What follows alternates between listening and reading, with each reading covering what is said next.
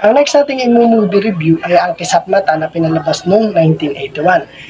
Itong Kisap Matang to ay sa direksyon ni Mike De Leon at ito ay hango sa Pote Street na sinulat ni Nick Joaquin.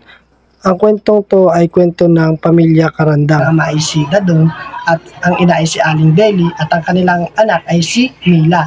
Si Mila ay hindi pinapayagang maglugod dito pero nabuntis siya ng kanyang boyfriend na si Noel.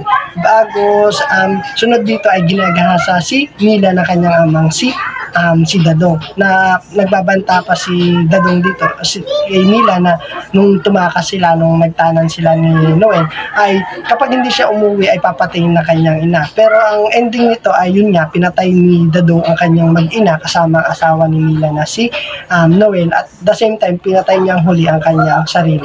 Itong kwentong ito ay sobrang traumatic, sobrang nakakatakot kasi parang realist